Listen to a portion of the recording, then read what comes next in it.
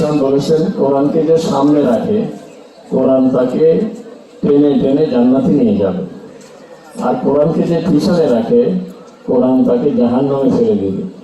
এই জন্য অন্য হাদিসে আছে যে কোরআন কারো পক্ষে সুপারিশ করবে আর কারোর বিরুদ্ধে কোরআন প্রতিবাদী হবে। আর রাসূল সাল্লাল্লাহু আলাইহি ওয়াসাল্লাম কিয়ামতের ময়দানে যে কথাটা বলবেন উম্মতের বিরুদ্ধে বলবেন কি, যে বলবেন যে ইয়া রব ইন্না কওমি ইত্তাখাযু হাযাল কুরআন মাহজুরা, হে আল্লাহ এরা যারা জাহান্নামে যাচ্ছে এই কারণে, যেহেতু আমি তো জান্নাতে যাওয়ার জন্য এদেরকে কোরআন ধরিয়ে দিয়ে আসছিলাম, কোরআন ধরবে তো জান্নাতে যাবে, কিন্তু এরা কোরআন ছেড়ে দিয়েছে। এই জন্য আমরা যারা অভিভাবকরাও আছি, এখানে যারা আছি সবাই আমরা আসলে কোরআনের সাথে সম্পৃক্ত থাকা দরকার। কোরআন তেলাওয়াত অনেকেই জানি না, আবার তেলাওয়াত জানি কিন্তু অর্থ জানি না। কোরআনের অর্থ জানি, তেলাওয়াত জানি, কিন্তু কোরআনের যে ভাব, কোরআনের যে নির্দেশ সেই অনুযায়ী আমি আমার জীবন পরিচালিত করি না, যার কারণে কোরআন আমাদের ঘরে নেই, আমাদের সমাজে নেই, আমাদের দেশে নেই। অথচ আল্লাহ তাআলা কোরআনকে বলেছেন ওয়াতাসিমু বিহাবলিল্লাহ, হাবলুল্লাহ রশি। আল্লাহ রশি কি? রাসূল সাল্লাল্লাহু আলাইহি ওয়াসাল্লাম বলেন ওহুয়া হাবলুল্লাহিল মাতিন, কোরআনই আল্লাহ রশি। কারণ আমরা জান্নাত থেকে জমিনে পৃথিবীতে জান্নাত হলো আরশ আজিমের নিচেই জান্নাত, ৭ আসমানের উপরে, অনেক উপর থেকে নিচে চলে আসছি আমরা। এখন আবার উপরে যেতে হবে, সে জান্নাতে যেতে হবে। এই জন্য উপরে যাওয়ার সিস্টেম হইলো যে রশি ধরলেই সে টেনে উপরে নিয়ে যাবে। রাসূল সাল্লাল্লাহু বলেন আল্লাহ তাআলা রশি দিয়েছেন কোরআনকে, এই কোরআন ধরবে তো কোরআন তাকে টেনে জান্নাতে নিয়ে যাবে। এই জন্য আমাদের যে সন্তানগুলো কোরআনের সবক নিচ্ছে আজকে, এবং যারা কোরআন পড়তেছে এখানে, তারা বড় ভাগ্যবান এবং তাদের অভিভাবকরাও বড় ভাগ্যবান। এটা দুনিয়াতে যদি কোরআন ইজ্জত দিয়ে চলে সে, ইনশাআল্লাহ দুনিয়াতেও ইজ্জত ওয়ালাই হবে। কোরআন কাউকে পিছনে নেয় না, কোরআন সব মানুষকে সম্মানওয়ালা বানায়, দামি বানায়। তবে আল্লাহ তাআলা বলছে যে কোরআন দিয়েছি আমি, যাদেরকে বাছাই করেছি তাদেরকে। এখন মানুষ ৩ দল। একদল হলো যারা আমিনুল যালিমুল লিনাফসিহি, যারা কোরআন পেয়েছে ঠিকই কিন্তু কোরআনের সাথে জুলুম করে কোরআন তেলাওয়াতে করে না। কোরআন ঘরের মধ্যে পড়ে আছে, সে রমজানে পড়েছে আর আগামী রমজানে ধরবে, মাঝখানে তেলাওয়াতও করে না, অথবা কোরআন তেলাওয়াত করে কোরআন বোঝার চেষ্টাই করে না। সূরা ফাতিহা এই পর্যন্ত আমরা অর্থ পাই না, অথচ দৈনিক ৩২ বার কমপক্ষে পড়ে সূরা ফাতিহা, আমরা অর্থ জানি না। এই জন্য রাসূল আল্লাহ তাআলা বলেন ফামিনহুম যালিমুন লিনাফসি, আর অমিনহুম মুকতাসিদ। আর একদল যারা মাঝামাঝি আছে, কোরআন বুঝে কিছু আমল করে, কিছু খালাতু আমালান সালিহান ওয়া আখারা সাইয়্যা। কিন্তু আরেকদল আল্লাহ তাআলা বলছেন অমিনহুম সাবিকুন বিল খায়রাত, যারা কোরআন হক আদায় করে তেলাওয়াত করে, কোরআন বুঝে এবং কোরআন মতো জীবন চলে, জীবন গড়ে।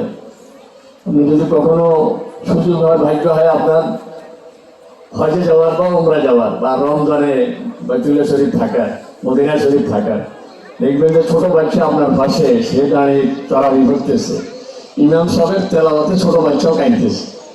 ছোট বাচ্চা কেন, আরবের বাচ্চা, ওরা তো আরবি বুঝে, কোরআন বুঝে। সাধারণ মানুষ যারা নামাজ পড়ে ওরাও কাঁদতেছে, কারণ ওরাও বুঝে। ইমাম সাহেব নিজেও কাঁদতেছে, অনেক সময় কান্না ধরে রাখতে পারে না, কান্নার কারণে নামাজের সূরা পড়া ওনার আটকে যায়, পড়তে পারতেছে না। কারণ ইমামও বুঝে, মুসল্লিরাও বুঝে, ছোট বাচ্চারাও বুঝে। কিন্তু আমরা তো না ইমাম সাহেব বুঝে, না মুসল্লিরা বুঝে, আর যারা হাফেজ হেফজ করে ওরাও বুঝে না। এই জন্য আমরা ইনশাআল্লাহ কোরআনের হক আদায় করে তেলাওয়াত করব। আর যারা অভিভাবক হেফজ দিয়েছি এখানে, অনেকেরই এরকম ভিতরে ভিতরে মনোভাব আছে যে আমার বাচ্চা কোরআন শরীফ পড়লে এরপরে আর এই লাইনে রাখার দরকার নেই, অন্য লাইনে নিয়ে যাবো, তাহলে আর হবে না। মানে কোরআন শরীফ হওয়ার পরে যদি এই লাইনে না থাকে সে, তাহলে হেফজ ধরে একটু বেরবে না সে, তার হেফজ নষ্ট হয়ে যাবে। আপনার যদি কোরআনের হেফজ নষ্ট হয়ে যায়, তাহলে রাসূল সাল্লাল্লাহু আলাইহি ওয়াসাল্লামের পক্ষ থেকে খুব মারাত্মক একটা হুঁশিয়ারি সংকেত আছে। রাসূল এক স্বপ্নের কথা বলছিলেন যে আমি রাতে দেখেছি 2 জন মানুষ এসে আমাকে উঠিয়ে নিয়ে যাচ্ছে, এক জায়গায় নিয়ে গেছে যেখানে এই একটা লোক শোয়া আর একটা লোক পাশে দাঁড়ানো। তো পাশে দাঁড়ানো লোকটা শোয়া লোকটাকে পাথর ছুটতেছে তার মাথায়, আর তার মাথা একবারে ভেঙে চুরমাচুর হয়ে যাচ্ছে। তো লম্বা স্বপ্ন, কিন্তু এই অংশের ব্যাখ্যা করে ওই দুজন দিয়েছেন। ওই দুজন ছিলেন জিবরাইল আর মিকাইল আলাইহিস সালাম। তো বলতেছে যে এই লোকটা হেফজ করে ভুলে গেছে, হাফেজ ছিল কিন্তু ভুলে গেছে, কোরআনের সেই যত্ন নেয়নি। এই জন্য যদি যত্ন না নিই, আমি আমার ছেলে যদি অন্য লাইনে নিয়ে যাই, যার কারণে সে এখন কোরআন ভুলে গেছে, তাইলে দূষিত আমিই হব। এই জন্য আল্লাহ তাআলা আমাদের এই বাচ্চাগুলোকে আল্লাহ তাআলা কবুল করো, এরা যেন কোরআনের ধারক বাহক হতে পারে। কোরআন নিয়ে সারা দুনিয়ায় এখন কোরআনের আলো দেখতে চায়, হেদায়েত পেতে চায়, ইসলামের দিকে আসতে চায়। কারণ সকল মতবাদ সব ফেল খেয়ে গেছে, সব ব্যর্থ হয়ে গেছে। এখন দুনিয়াবাসী একটা শান্তির জায়গা চায়, আর শান্তি দেখাতে পারে একমাত্র আল কোরআন। এই জন্য কোরআনের কথা নিয়ে আমাদের এই বাচ্চাগুলো যেন সারা দুনিয়ায় কোরআনের দাওয়াত নিয়ে পুষতে পারে। আল্লাহ তাআলা ওদেরকে দুনিয়াতে সম্মানী করবে ইনশাআল্লাহ। আর কাল কিয়ামতের ময়দানে ওদের উসিলায় আল্লাহ হাবিব সাল্লাল্লাহু আলাইহি ওয়াসাল্লাম বলেছেন, মা বাপকে সে নূরের টুপি পরিয়ে দেওয়া হবে, যে টুপির আলো সূর্যের আলোর চেয়ে বেশি হবে। তাহলে বাচ্চার অবস্থা কি হবে? ওকে তো আল্লাহ পক্ষ থেকে বলা হবে, ইকরা পড়াতে কামা কুনতা তুরাত্তে, তুমি কোরআন পড়তে থাকো আর জান্নাতের এক এক ধাপ উপরের দিকে উঠতে থাকো, ধীরে ধীরে পড়ো, যেভাবে দুনিয়াতে ধীরে ধীরে পড়তে। এই জন্য আমাদের এই বাচ্চাগুলো দুনিয়াতেও সম্মানী বানাবে, আমাদেরকে আখিরাতেও সম্মানী বানাবে।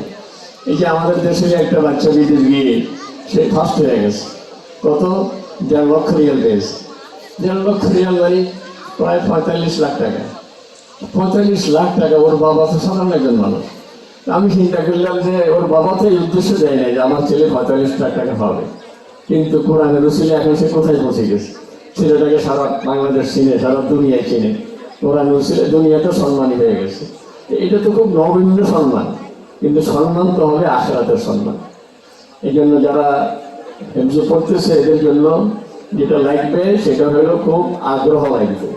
আমি খুব আগ্রহ ভরে পড়বো, একটা টার্গেট থাকা লাগবে। আমি কতদিনে হেফজ করবো, আমি অল্প দিনে হেফজ করবো, এরপরে কোরআন বুঝবো, কোরআনের বাণী নিয়ে সারা দুনিয়ায় ছড়িয়ে পড়তে হবে আমাকে, আমার অনেক দায়িত্ব।